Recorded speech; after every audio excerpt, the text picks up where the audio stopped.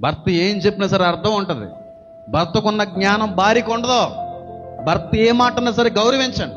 ఒకవేళ భర్త అన్నాడు, ఓగో ఆయనతో మాట్లాడడం మానే, నువ్వు అక్కడికి వెళ్ళడం మానే, ఆయన నాకు నచ్చలేదు అంటే మానే. ఏంటి అత మాటలు?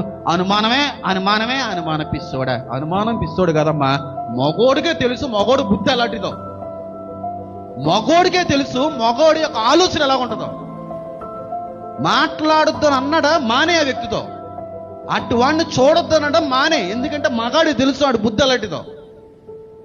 అనుమానం అనుమానం ఎక్కడికి వెళ్ళినాడు, ఎవరిని చూడన్నాడు. చూస్తావా అక్కడికి ఇక్కడికి వెళ్ళి?